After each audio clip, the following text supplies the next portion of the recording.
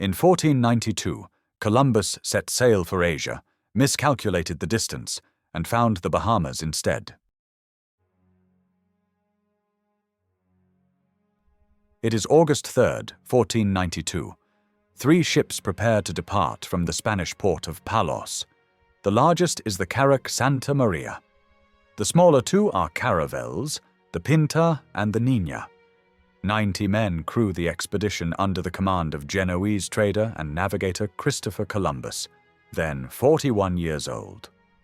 By that time, he had already sailed much of the known world, across the Mediterranean, along the coasts of northern Europe and West Africa, and to the Madeira and Canary Islands. Columbus believes it is possible to reach Asia more quickly by sailing west across the Atlantic. The idea that the Earth is round is not in dispute among learned Europeans. What sets Columbus apart is his belief that Asia lies far closer than most experts think. Using maps that drastically underestimate the distance, he tries to persuade the rulers of Portugal, Genoa, England, and Spain to back his plan.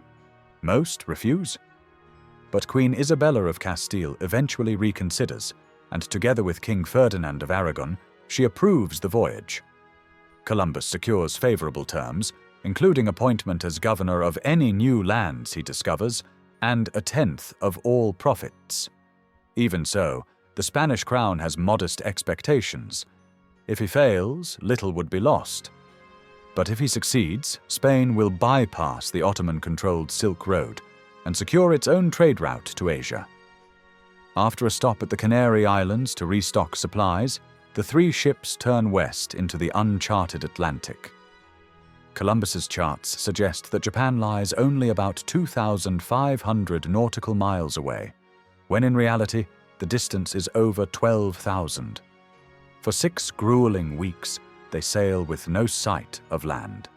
Supplies dwindle, tempers flare, and mutiny looms. Then, on October 7th, a flock of birds appears overhead. On the horizon, the faint outline of land emerges. At dawn on October 12th, 1492, the Santa Maria, Pinta, and Niña drop anchor off an island Columbus names San Salvador, in what is now the Bahamas. He encounters the Lucayan, Taino, and Arawak peoples, calling them Indians, because he believes he has reached islands off Asia.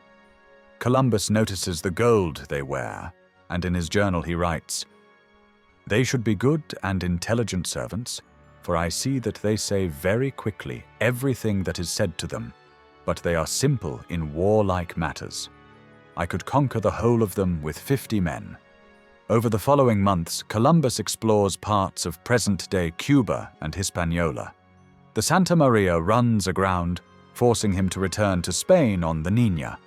With him he brings gold, exotic plants and birds, several captives, and stories of the lands he has found. From his later journeys, he also introduces unfamiliar foods such as potatoes, tomatoes, cocoa, vanilla, maize, spices, and tobacco. Some accounts also link these voyages to the introduction of syphilis into Europe, though historians still debate the connection. Columbus returned to the Americas 3 more times before his death in 1506, still believing he had reached the outskirts of Asia. It was not until 1507, a year after his passing, that a new world map was published naming the continent America, in honor of the Italian explorer Amerigo Vespucci, who recognized it as an entirely new world. Columbus never realized he had found a new continent.